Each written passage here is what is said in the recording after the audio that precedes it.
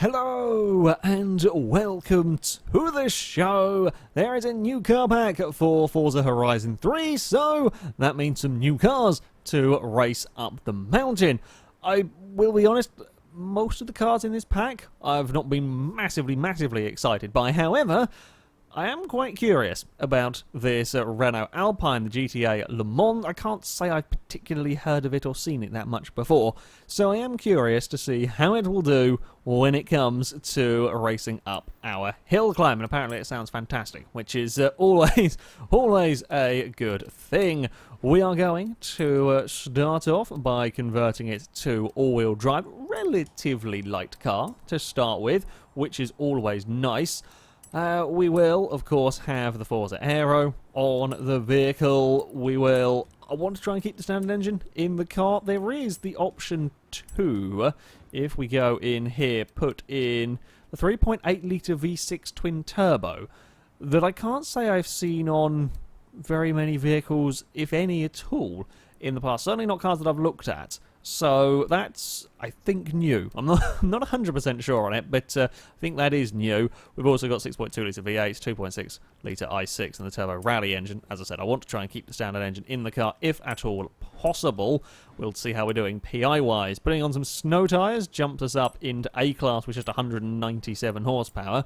Maximum tyre widths, 265s on the front, is okay. 285s on the rear.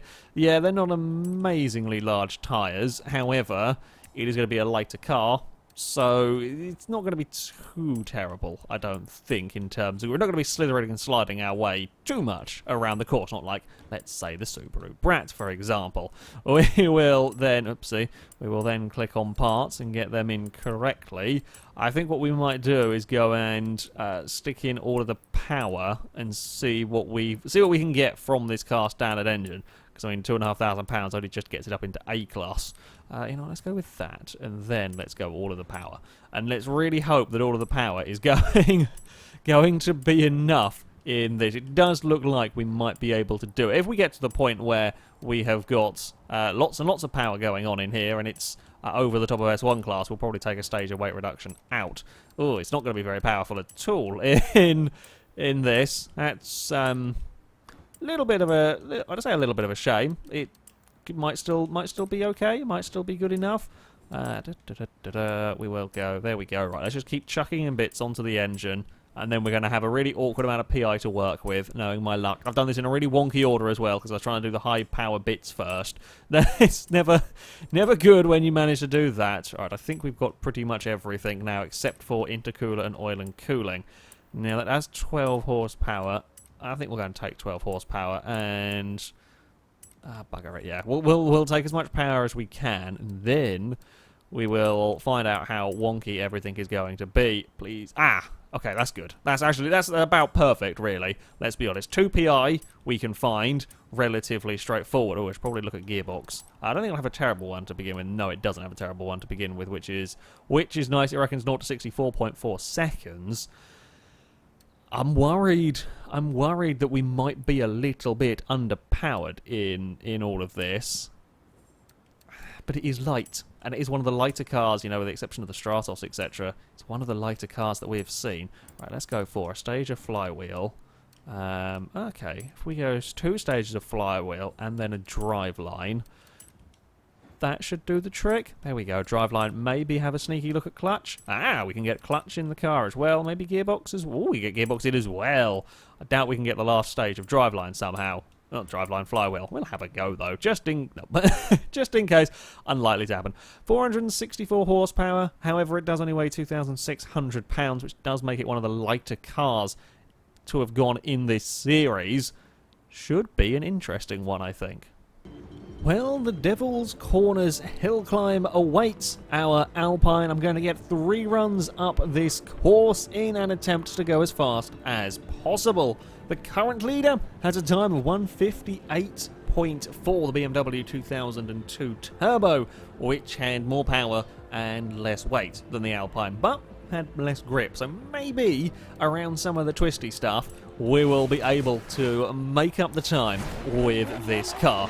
I am, not entirely sure We shall very quickly find out. It's certainly a little bit more brisk down towards this opening corner than the Aston Martin that went out last time, which is nice. Not as fast as the Brat. It sits somewhere firmly in the middle. Yeah, it's kind of middling in grip onto this snow as well, onto the snowy dirt rather than that snowy tarmac. A little bit of understeer from the car just there. Yeah, front end does not quite get turned in as much as I would ideally like, although it is being relatively well behaved. How are we going to manage the bumps around here?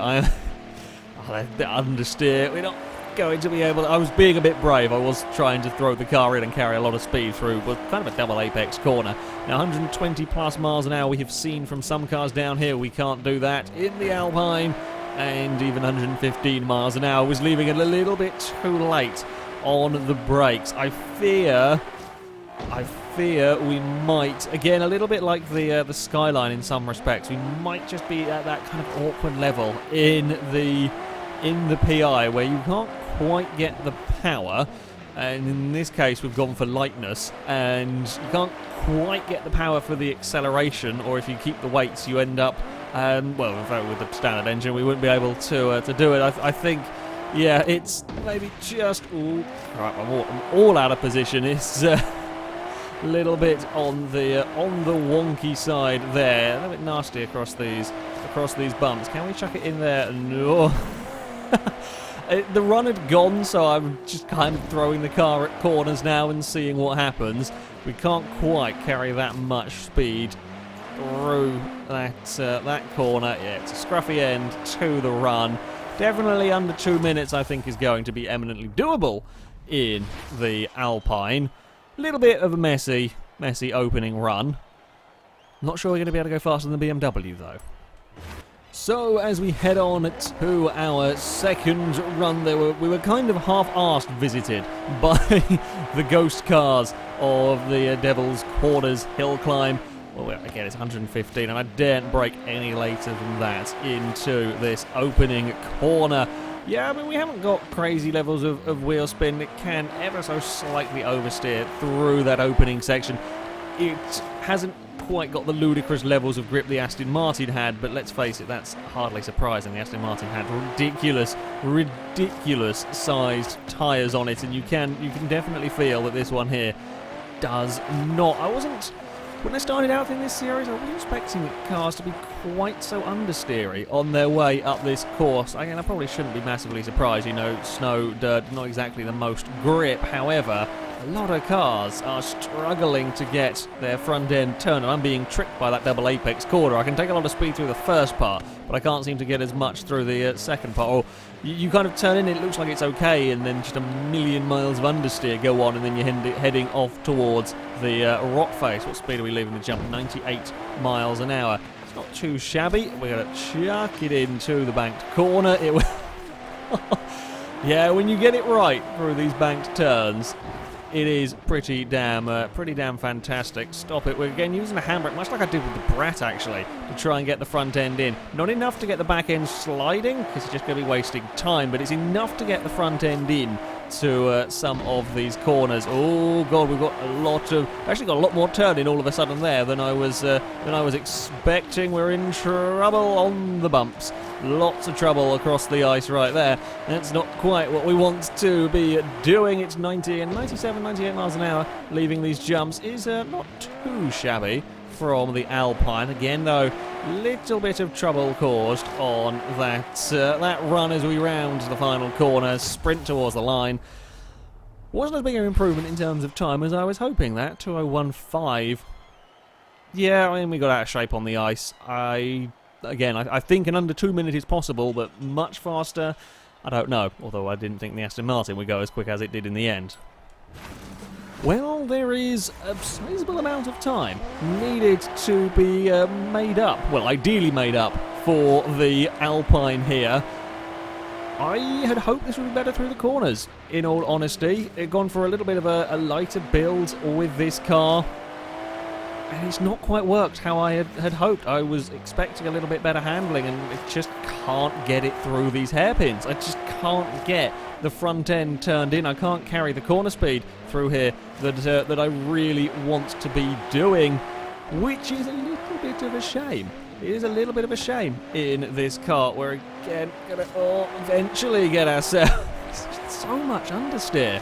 So much understeer going on in this vehicle. I can try and solve that with a little bit of bravery. I think that's just going to end up with me in the fence. That's much better though. Through there. Even then, I've got it turned initially. I go to get on the power and there's just more understeer taking me towards a rock. We almost had an Alpine rock rather than the Polestar rock we had at the previous circuit.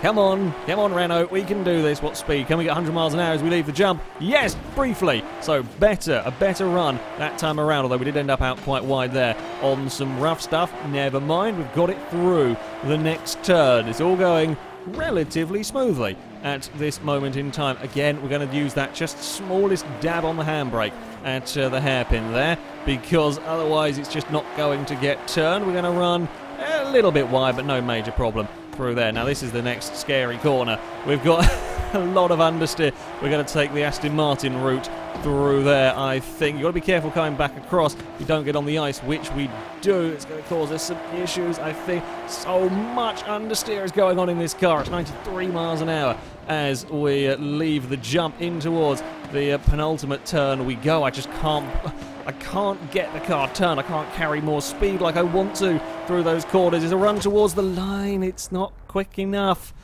It's not quick enough for 2 minutes, 0.3 from the Alpine. There is just so much understeer.